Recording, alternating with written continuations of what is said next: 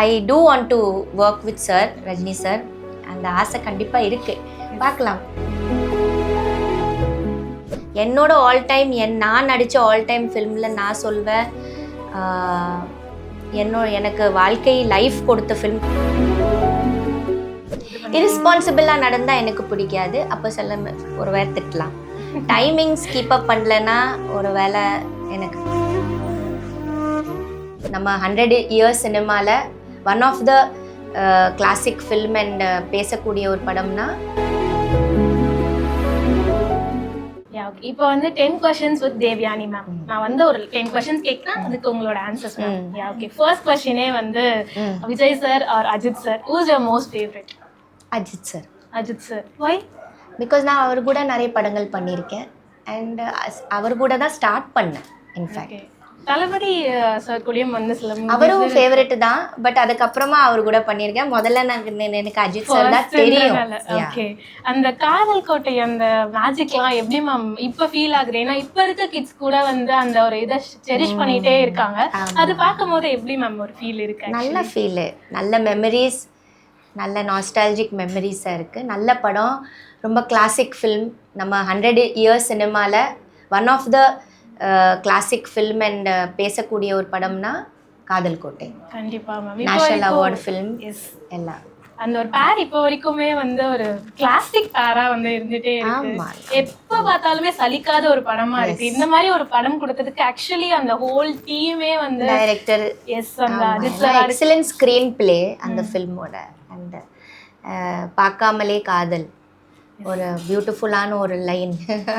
இந்த ஒரு லைனுக்காகவே படம் பார்க்கலாம். ஓகே மேம், உங்களோட ஃபேவரட்டான டைரக்டர் யாரு மேம்? ஃபேவரட்டான டைரக்டர்னு என்னால் அப்படி சொல்ல முடியாது. ஒவ்வொரு டைரக்டருக்கு ஒவ்வொரு ஸ்டைல் இருக்குது. ஒவ்வொரு டைரக்டர் இஸ் டிஃப்ரெண்ட். ஓகே, ஒவ்வொரு டைரக்டரோட படைப்பே வேறு. அதனால ஃபேவரட்னு சொல்ல முடியாது. நமக்கு எல்லாரும் கூட ஒர்க் பண்ணுறது ஒவ்வொரு அனுபவம். அதில் சில வெற்றி படங்கள், சில படங்கள் ஓடலைனாலும் சில டைம் அந்த டைரக்டரோட ஒர்க் பண்ணும்போது it's very nice. We feel very happy and it's a nicest thing. But so ஃபேவரட்னு சொல்ல முடியாது. All are having their own style, their own ஒரு அவங்களோட ஒரு கிளாஸ் இருக்குது ஒவ்வொருத்தருக்கும். ஓகே மேம், உங்களோட most favourite movie in Tamil? My most favourite என்னோட ஃபிலிம்ஸ்லேயேவா? இல்லை, நீங்கள் பார்த்து ரசிச்சு இல்லை உங்களோட ஃபிலிம்லேயே எனக்கு இது ரொம்ப பிடிக்கும், இந்த படம் மோஸ்ட் ஃபேவரட்டாக இருக்கும் ஆல் டைம் அப்படின்னா என்ன படமாக இருக்கும்? என்னோட ஆல் டைம் நான் நடித்த ஆல் டைம் ஃபிலிமில் நான் சொல்வேன், எனக்கு வாழ்க்கை லைஃப் கொடுத்த ஃபிலிம் காதல் கோட்டை. ஸோ அதுதான் சொல்வேன். எனக்கு ரொம்ப பிடிக்கும். ஓகே, இந்த படம் வந்து நான் ஏன் பண்ணேன்னு தெரியல, பட் நான் அந்த ஒரு டைம்ல பண்ணேன், டெசிஷன் எடுத்து. பட் எதுக்காக பண்ணேன்னு நான் கொஞ்சம் ரிக்ரெட் பண்றேன் அப்படின்னு ஏதாவது சில அந்த மாதிரி எதுவும் இல்லை. அந்த மாதிரி ரிக்ரெட் பண்ணக்கூடிய எதுவுமே நான் செஞ்சதில்லை. ஓகே, நீங்கள் அந்த பண்ணும் போது அந்த யோசிச்சுட்டு 100% இன்வால்மெண்ட்டோட தான் எல்லாமே பண்ணியிருக்கேன். ஓகே மேம், யாராச்சும் ரொம்ப கோபத்தில் வந்து நீங்கள் ரொம்ப நேச்சுரலாகவே வந்து யூ ஆர் வெரி சாஃப்ட், அந்த குழந்தைத்தனம் இருக்குன்னு நான் சொல்லியிருந்தேன், இன்னசென்ஸ் இருக்குது. இங்கே கோபப்படுவீங்களா? யாரையாவது ரொம்ப திட்டி அச்சோ நான் இவ்வளோ திட்டேனே அப்படின்ற மாதிரி யாரையாவது? இரெஸ்பான்சிபிளாக நடந்தால் எனக்கு பிடிக்காது. அப்போ சில ஒரு வேலை திட்டலாம். டைமிங்ஸ் கீப் அப் பண்ணலன்னா ஒரு வேலை எனக்கு இது வந்து கோவம் வரலாம். அதான் இரெஸ்பான்சிபிலிட்டி அண்ட் பொறுப்போடு நடந்துக்கலன்னு. ஓகே, அந்த டைம்ல கோவம் வரும். அது அப்போ கோவம் வரும். தேவயானி மேமோட கோவம் என்ன மாதிரி இருக்கணும் வந்து ஏதாவது ஒரு இடத்துல நாங்க பார்க்கணும். நீங்க அவங்களை இரிட்டேட் பண்ணுங்க, பார்க்கலாம், லைவ்லயே பார்க்கலாம். ஓகே, இல்ல மேம், நான் உங்க கோவத்தை பார்க்க வேண்டாம், இப்ப பார்க்க வேண்டாம். ஏதாச்சும் ஒரு கேரக்டர் வந்து இப்போ நிறைய படங்கள் பார்த்துருப்பீங்க, இந்த கேரக்டர் ஒருவேளை நான் பண்ணியிருக்கலாமோ அப்படின்ற மாதிரி ஏதாவது ஒரு கேரக்டர் ரொம்ப அழகாக டிசைன் பண்ணியிருக்காங்கல்ல கேரக்டர் வைஸ் அப்படின்னு, வேற ஏதாவது கேரக்டர்ஸ் பார்த்து இந்த கேரக்டர் நான் பண்ணியிருக்கலாமே அப்படின்னு யோசிச்சிருக்கீங்களா ஏதாவது ஒரு படத்துல இருந்து? ஆல்ரெடி பண்ணியிருக்குது, அதனால நான் ட்ரை பண்ணக்கூடாது அது. ஏன்னா ஆல்ரெடி அது ரொம்ப அழகாக இருக்குது.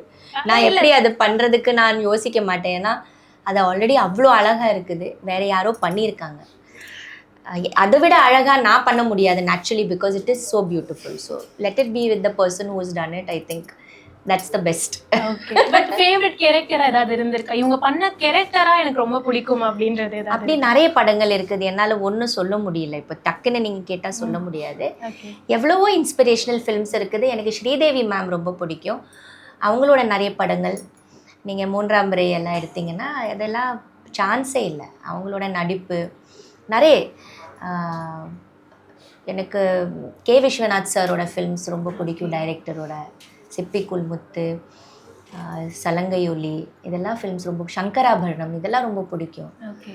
So Balu Mahendra sir, K Viswanath director sir, so they are all like classic and legendary directors.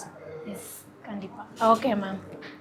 அடுத்து உங்களோட மிகப்பெரிய பயம்னா என்னவா மேம் இருக்கும்? ஏன்னா வந்து எல்லாருக்குமே ஒரு சின்ன சின்ன விஷயத்தில் பயம் இருக்கும். எனக்கு இது பண்ணுறதுல ரொம்ப பயம் இருக்கும், ஆனால் நான் வந்து அதை டேக்கிள் பண்ணி வந்திருக்கேன் அப்படின்னா அது என்னவா இருக்கும் மேம்? உங்களோட பயமா என்ன இருக்கு?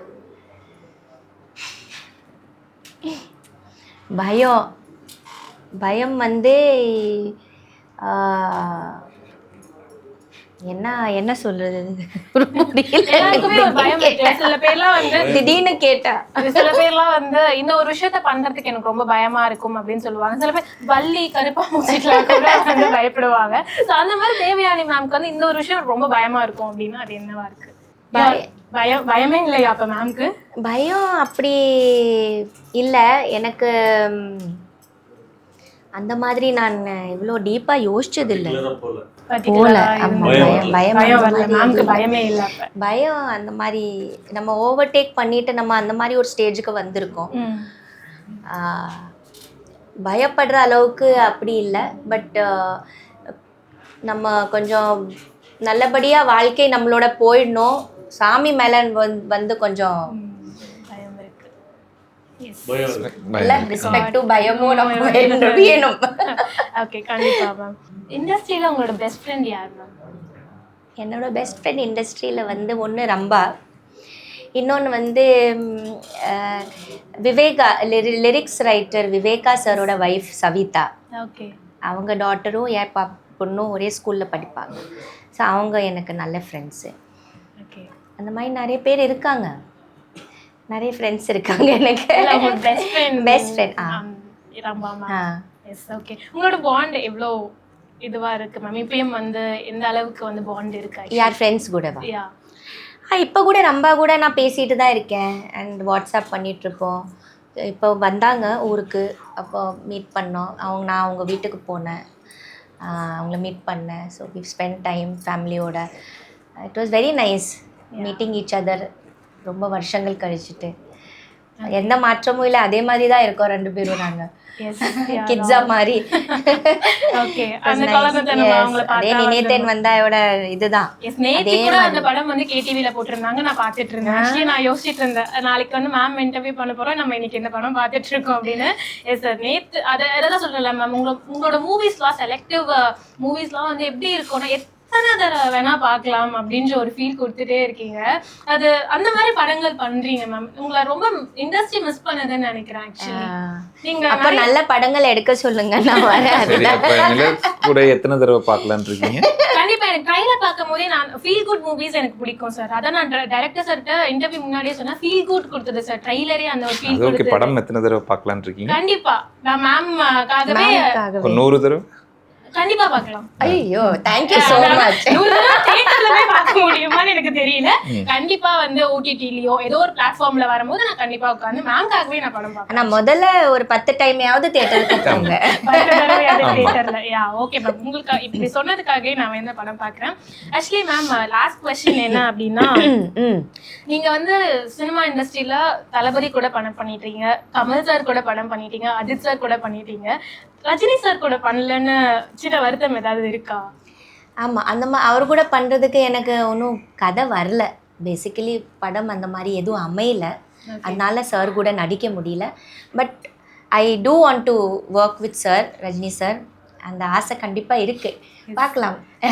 நாங்க ஃபியூச்சர்ல அதுக்குமே வந்து வெயிட் பண்றோம் ஆமா ஆக்சுவலி. ஆமா கண்டிப்பா கண்டிப்பா நானும் வெயிட் பண்றேன். நாங்க ரொம்ப வெயிட்டிங்கா இருக்கோம்.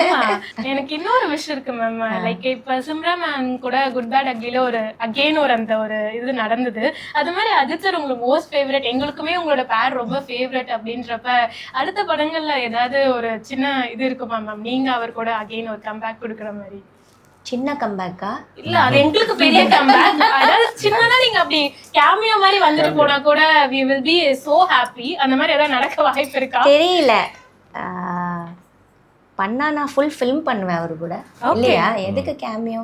ஓகே, அப்ப அப்படிலாம் நடந்தா we are 100% 200% அந்த மாதிரி வாய்ப்பு வந்தா நாங்க சரியான ஒரு நல்ல ஃபில்மு, நல்ல மறுபடியும் ஒரு அழகான ஃபிலிம் ஆடியன்ஸ்க்கு கொடுப்போம். கண்டிப்பா அப்படி மேம். ஒரு ப்ராஜெக்ட் வந்துச்சுன்னா பண்ணுவோம். கண்டிப்பா கண்டிப்பா மேம். ஆல்ரெடி வந்து அந்த படம் அழகா கொடுக்குறீங்கன்றத தாண்டி இந்த நிழற்கூடைய ரொம்ப அழகா டீமா, அதை நான் ஆல்ரெடி சொன்ன மாதிரி ஒரு ஹோல் ஃபேமிலியை பார்த்து அந்த இங்கேயே ஒரு ஃபீல் குட் கொடுக்குறப்ப படமுமே வந்து கண்டிப்பா ஆடியன்ஸ்க்கு அந்த ஒரு ஃபீல் குட் கொடுக்கும் அப்படின்றது வேர்ல்டு வைட் வந்து May 9th வந்து தியேட்டர்ஸ்ல ரிலீஸ் ஆகுது. இந்த இன்டர்வியூல உங்களுக்கு வந்து என்ன மாதிரி ஒரு ஃபீல் இருந்தது? படத்துலயுமே வந்து பாத்தீங்கன்னா ஒரு நல்ல ஃபீல் குட் மூவி, தமிழ் சினிமாக்கு அடுத்த ஒரு நல்ல படம் கொடுத்துருக்காங்க அப்படின்றத 100% சொல்ல முடியும். கண்டிப்பா May 9th தியேட்டர்ல மிஸ் பண்ணாம பாருங்க. Thank you ma'am. Thank you so much. Thank you.